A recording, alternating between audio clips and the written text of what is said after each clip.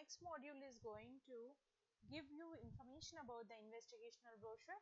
This brochure provides an overview of investigational product, the clinical trial design and important safety and regulatory information for the investigators. And investigational product overview. The investigational product is an innovative pharmaceutical compound being studied or its potential to treat. The product is designed to providing a novel therapeutic option for patients and with its indication. The primary purpose of the clinical trial is to evaluate the safety, tolerability, pharmacokinetics and pharmacodynamics of IP. Secondary objectives include assessing the efficacy and exploring the potential biomarkers for the treatment response. And next is product information. So this IB will give you the product information in the form of drug description and its mechanism action. The investigational product is a which type of class it is and whether it is a small molecule, biological, monoclonal antibody and which works by. Brief description of its mechanism of action.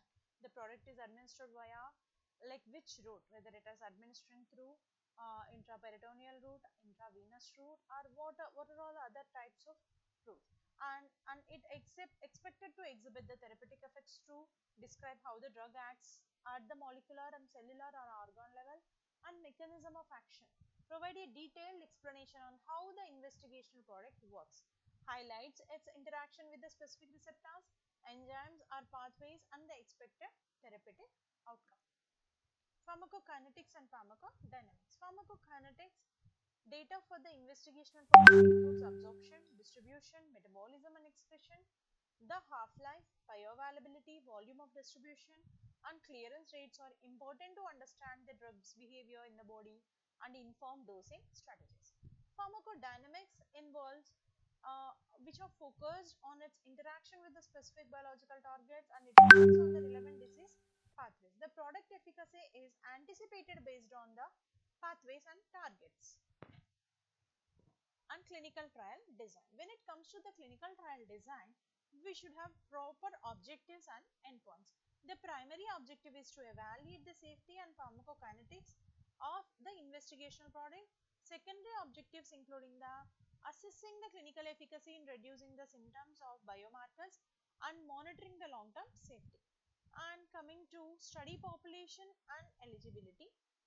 The study population will consist of how many number of patients are involved in the study and what are all the different age groups are involved in the study and whether they are diagnosed with any specific condition, what are the inclusion criteria and on what basis you are including them into the study, diagnosed with what type of condition they have, other inclusion like gender, baseline health status, disease stage, exclusion criteria, any factor that exclude the patients from the participation such as concurrent diseases, if any previous treatment going on, and pregnancy.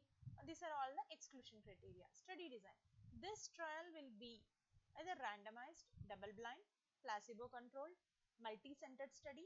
Participants will be randomized into number groups receiving either the investigational product or placebo where control or comparator treatment. This study will be conducted in duration with follow-up visits at specified intervals.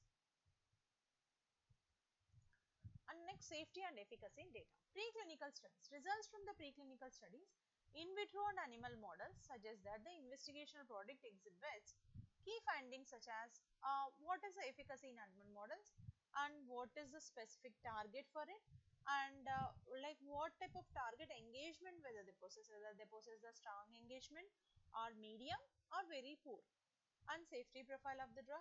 Preclinical safety evaluations have not identified any major toxicities at therapeutic doses.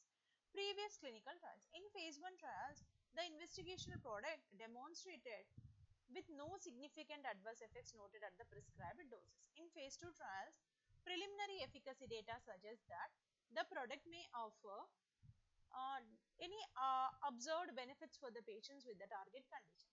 Common adverse events observed include list of common adverse effects. and known adverse effects and safety considerations. Like if we know that if that the drug is having any common adverse effects like headache, fatigue, nausea, those should be reported. And if any serious adverse effects are there, including rare but severe risks such as liver toxicity, allergic reactions, etc., monitoring and reporting, participants will be monitored for the duration of the study to assess both the common and serious adverse events. All adverse events should be documented and reported promptly in accordance with the regulatory guidelines. And finally, the regulatory information required in the form of IB is legal obligations. Investigator must adhere to all the applicable local laws and regulations, including those related to patient confidentiality, informed consent, and reporting of adverse events. Ethical considerations. All participants must provide written informed consent before enrollment. The consent form should explain the study purpose, potential risks and benefits. Investigators must ensure the confidentiality of patient data in compliance with local and international data protection regulations. Compliance. This clinical trial will be conducted in accordance with the regulations and the International Council for Harmonization guidelines.